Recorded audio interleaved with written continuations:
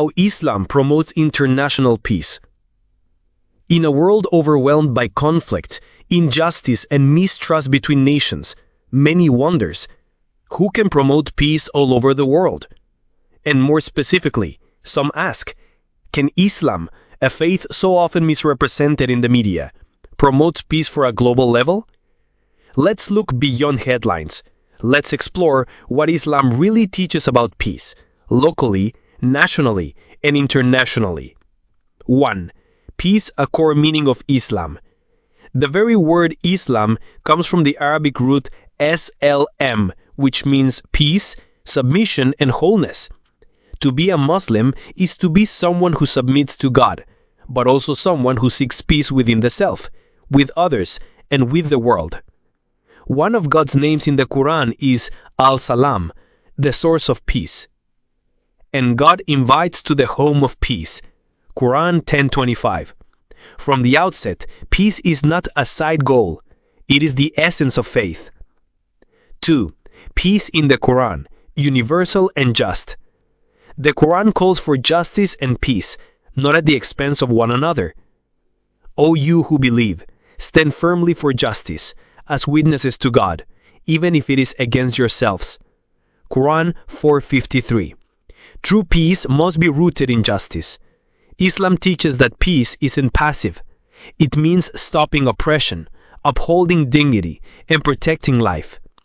And if enemies seek peace, Islam says, accept it. And if they incline toward peace, then you too should incline toward it and trust in God. Quran 8:61. And if they incline toward peace, then you too should incline toward it and trust in God. Quran 8:61. 3. The Prophet Muhammad, peace be upon him, a statesman of peace. When we look at the life of the Prophet Muhammad, peace be upon him, not just as a spiritual leader, but as a peacemaker, we find remarkable examples. Treaty of Hudaybiyah, 628 CE, one of the most powerful examples of peaceful diplomacy. When the Prophet was blocked from entering Mecca, he didn't fight. He signed a 10-year peace treaty with the Quraysh, even when the terms felt unfair. Why? Because peace was more valuable than pride. Historians agree, this treaty paved the way for widespread acceptance of Islam not through war, but through trust and dialogue. Conquest of Mecca, 630 CE.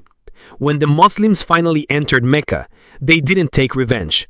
No massacres, no humiliation. Instead, the Prophet declared, "Go, for you are free." That act of radical mercy stunned even their enemies, and many of them became Muslim out of respect, not fear. 4. Historical legacy, peaceful coexistence in practice. Islamic civilization, at its best, protected religious minorities, encouraged diplomacy, and created peaceful international relations. Andalus, Spain, 8th to 15th century. For centuries, Muslims, Jews, and Christians lived, worked, and studied together in Muslim Spain.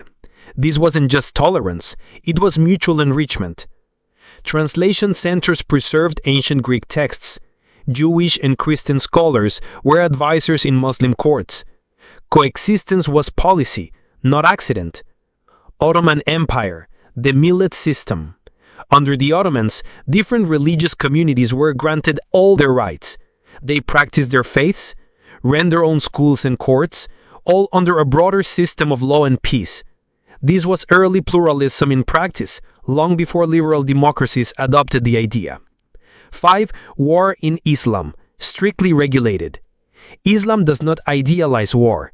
It permits it only to remove any power against the justice and dignity of human being under strict moral limits. The Prophet, peace be upon him, prohibited us fighting in war, targeting civilians, destroying trees or crops, harming religious leaders or places of worship. He said, "Do not kill women, children, or the elderly. Do not destroy buildings or burn trees." In fact, Islam established the first rules of armed conflict that resemble modern Geneva Conventions. 6. Islam methodology for peace. Islam doesn't offer peace as a slogan. It offers it as a reality, where justice, dignity, diplomacy, and compassion shape how societies relate. In a time of rising nationalism, religious tensions, and global inequality, Islam's ethical framework calls us to something higher: to value human dignity regardless of borders, to seek peace through justice, not domination, to treat the world as a shared trust, not a battleground. Muslims are charged with achieving peace on earth, and they are also charged with achieving justice, social balance, solidarity, and cooperation. Muslims are also charged with working to eliminate the causes of division, discord, and conflict among individuals and groups. God said in Quran, "And thus we have made you a just community, that you will be witnesses over the people."